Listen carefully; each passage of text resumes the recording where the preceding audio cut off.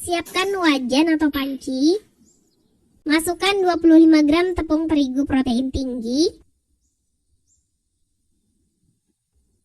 Tambahkan 100 gram air.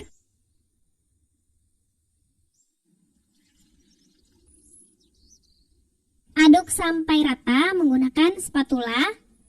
Kemudian kita akan masak campuran terigu dan air ini menggunakan api sedang sampai mengental hingga membentuk adonan seperti pasta yang terlihat lengket dan licin.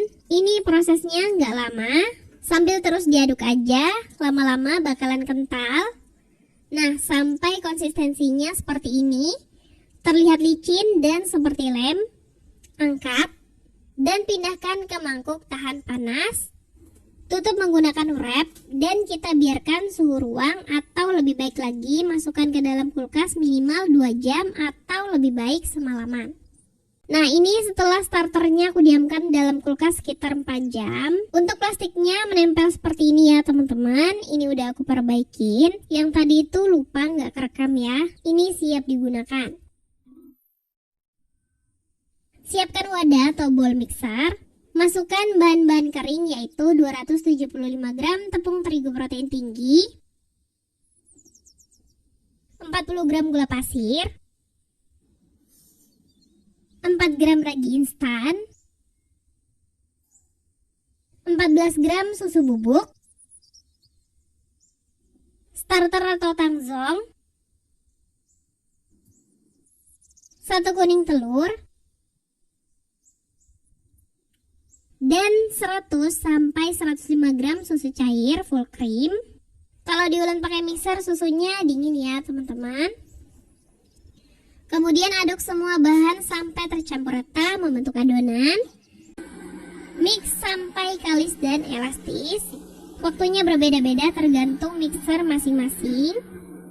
Setelah dimix selama 12 menit, ini dihitung mulai dari butter dan garamnya masuk tadi.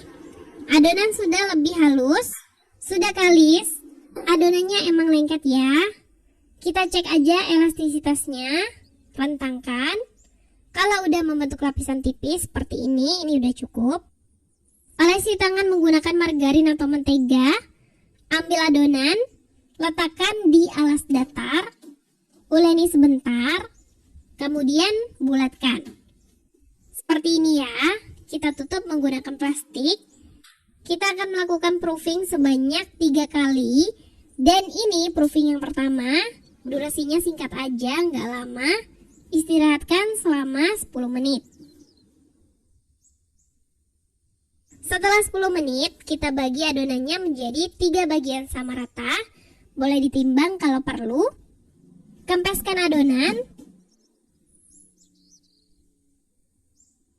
Kemudian rounding dengan cara seperti ini. Sambil ditekan menggunakan jari untuk mengeluarkan udara.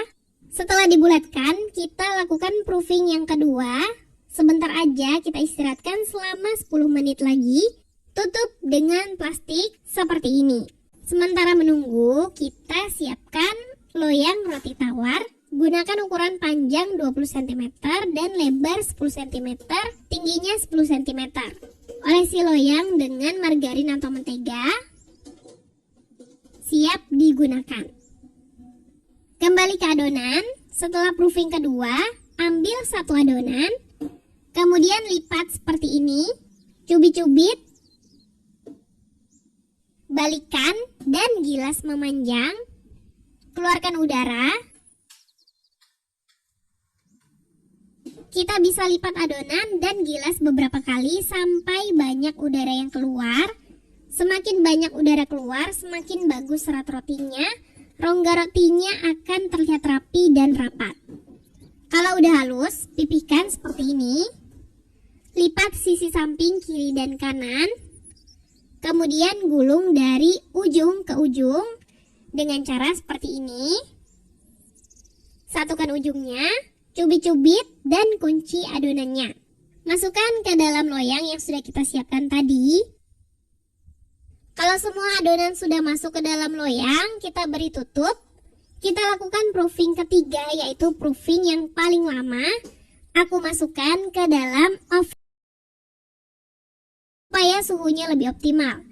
Setelah mengembang seperti ini, patokannya kita cek tingginya sekitar 1 ruas jari dari bibir loyang, siap untuk dipanggang. Ini aku contohin kalau dipanggang tanpa tutup. Nantinya aku juga akan contohkan kalau dipanggang menggunakan tutup. Olesi permukaan adonan menggunakan susu cair.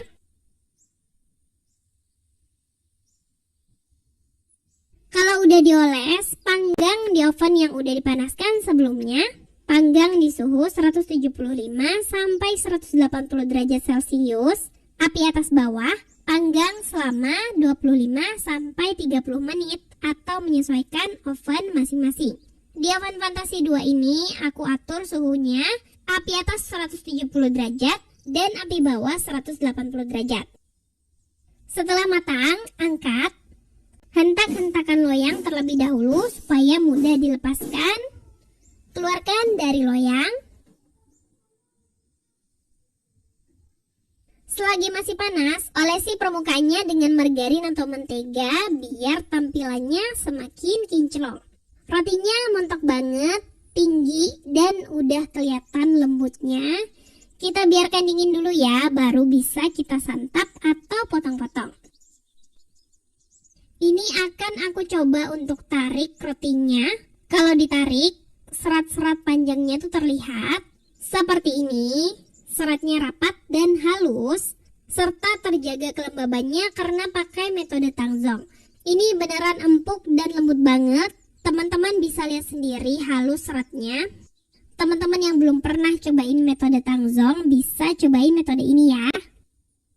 Nah, kalau teman-teman mau panggang dengan loyang tertutup, jarak adonannya juga sama, sekitar 1 ruas jari dari bibir loyang. Nggak perlu kita olesi susu cair, langsung tutup aja dan panggang di oven yang sudah dipanaskan. Kalau udah matang, angkat dan keluarkan rotinya. Roti ini bagus banget warnanya, kuning, cantik banget. Potong-potong kalau udah dingin. Roti ini bisa tahan empuk dan lembutnya sampai 4 hari walau tanpa bahan pengawet. Recommended banget ya, ini bisa buat ide jualan juga. Ini aku udah tes di hari ketiga, penampakannya seperti ini. Masih empuk dan lembut seperti ini. Penyimpanannya di wadah tertutup ya. Untuk rasanya, roti tawar ini ada rasa sedikit manis, ada gurihnya juga, dan berasa susunya. Rasanya enak dan berasa roti tawar premium. Apalagi kalau teman-teman pakai mentega, semakin wangi lagi. Selamat mencoba ya.